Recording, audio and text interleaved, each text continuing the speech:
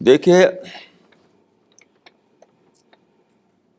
اب میں آپ کو ایک بہت ہی امپورٹنٹ بات عرض کروں گا کہ عام طور پر دعا کا مطلب لوگ سمجھتے ہیں، کچھ کتابیں چھپی ہوئی ہیں، قرآنی دعائیں، معصور دعائیں، بزرگوں کی دعائیں، اس کو رٹ لیتے ہیں، رٹ کر اس کو پڑھتے رہتے ہیں، اس کو لوگ دعا سمجھتے ہیں۔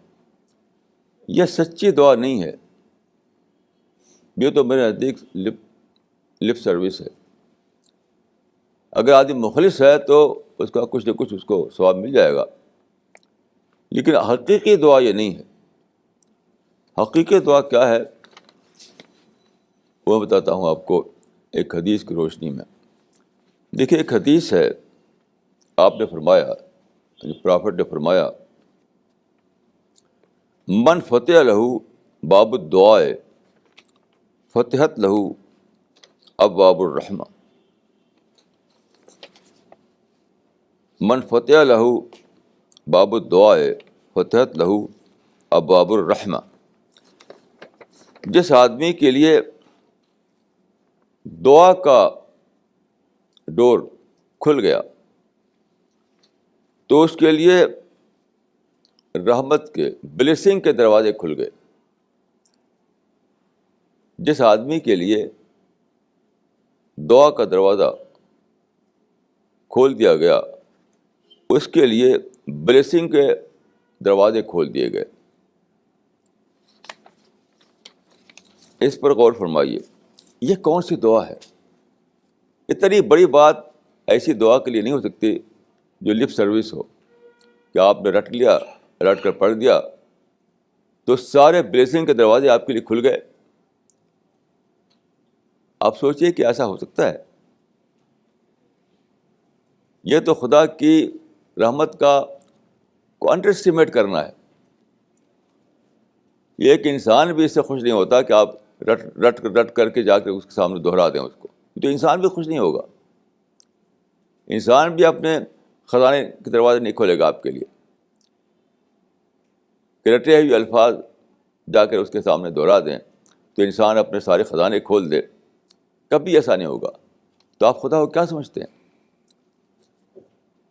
تو خدا کو انڈر اسٹیمیٹ کرنا ہے اگر آپ یہ سمجھیں کہ رٹے ہوئے الفاظ کو زبان سے دہرانے کے لیے دعا آئی ہے، یہ حدیث آئی ہے، جس کے لیے دعا کا دروازہ کھل جائے تو اس کے لیے بلیسنگ کے تمام دروازے کھل گئے۔ دیکھیے، یہ دعا اس حدیث میں جس دعا کا ذکر ہے وہ دعا کون سی دعا ہے؟ اس پر غور کرنے کے بعد میں نے سمجھا ہے کہ ایک دعا وہ ہے جو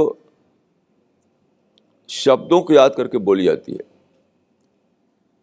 ایک دعا وہ ہے جو کسی سچویشن میں آپ کی زبان پہ نکلتی ہے، ابلتی ہے اپنے آپ۔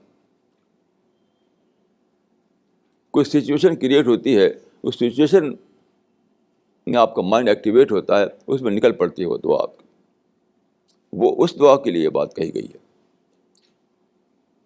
تو یہ دعا ہمیشہ کسی پوائنٹ آف ریفرنس سے نکلتی ہے، یعنی وہ دعا جو پہلی والی جو میں نے کہا وہ تو شبدوں کو رٹ کر نکلتی ہے، رٹے ہوئے الفاظ ہیں، رٹے ہوئے شبد ہیں، ان کو دہرا دیے زبان سے۔ لیکن یہ جو دوسری دعا ہے، یہ اس کے لیے کوئی پوائنٹ آف ریفرنس سامنے آتا ہے، کوئی سچویشن کریٹ ہوتی ہے، اس میں آپ کے اندر ایک اسٹارم آتا ہے، اس میں آپ بول پڑتے ہیں۔ جیسے میں چند ایک مثال دیتا ہوں آپ کے سامنے۔ ابھی اس سنڈے کو آپ کو یاد ہوگا کہ میں بولا تھا حج پر، میری ٹاک جو تھی حج پر تھی۔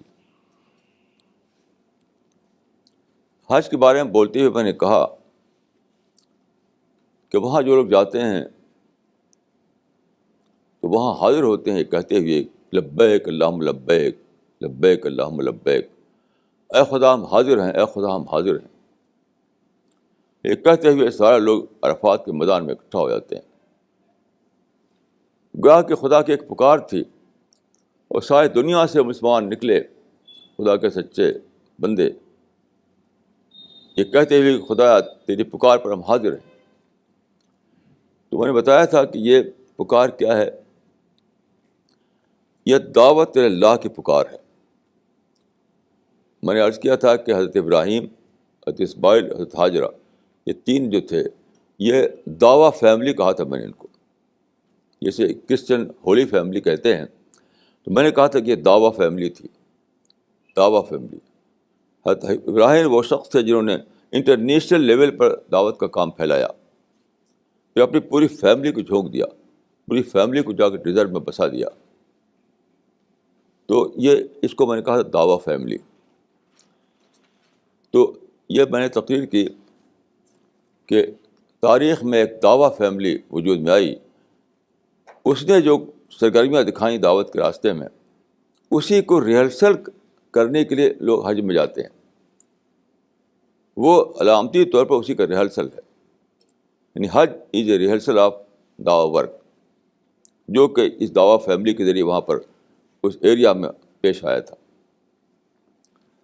تو یہاں پر جو لوگ بیٹھے ہوئے تھے تو مجھے بتایا، اس میں سے سعدیہ نے بتایا کہ یہ سنتے ہوئے اس کی آنکھوں میں آنسو آ گئے. اس نے کہا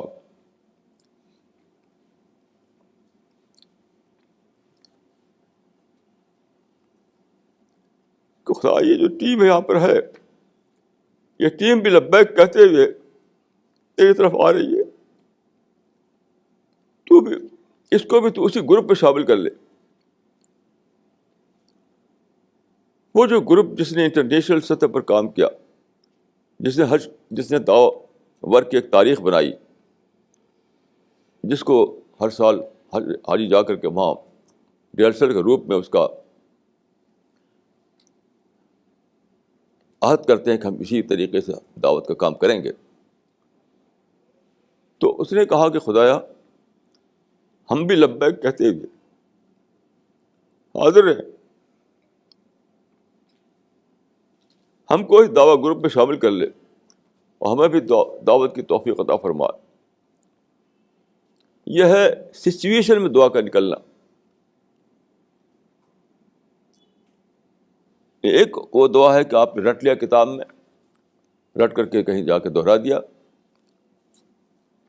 اور یہ دعا ہے جو کسی سچویشن میں آپ کی زبان سے ابلتی ہے، اس کا ایک پوائنٹ آف ریفرنس ہوتا ہے. اس کا مطلب یہ نہیں کہ 3 آدمیوں میں ہم بھی شامل ہو جائیں، 3 نبیوں میں ہم بھی شامل، یہ مطلب نہیں ہے. وہ ایک پوائنٹ آف ریفرنس ہے، اس پوائنٹ آف ریفرنس کو لے کر کے دعا ابلتی ہے. اگر وہ پوائنٹ آف ریفرنس نہ ہو ایسی دعا نہیں نکلے گی. تو اس حدیث میں جو بات کہی گئی ہے وہ یہ ہے کہ ایک دعا وہ ہے جو لفظوں سے نکلتی ہے، ایک دعا وہ ہے جو دل سے ابلتی ہے. تو دل سے ابلنے والی دعا کے لیے کوئی کنڈیشن چاہیے، کوئی سچویشن چاہیے، کوئی پوائنٹ آف ریفرنس چاہیے.